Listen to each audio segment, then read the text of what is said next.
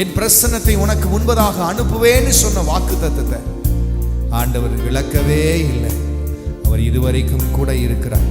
எல்லாரும் சேர்ந்து சத்தத்தை உயர்த்தி, நீர் இல்லாமல் நான் இல்லையே, நீ சொல்லாமல் உயர்வு இல்லையே. எல்லாரும் சேர்ந்து, நீர் இல்லாமல் நான் இல்லையே, நீ சொல்லாமல் உயர்வு இல்லையே.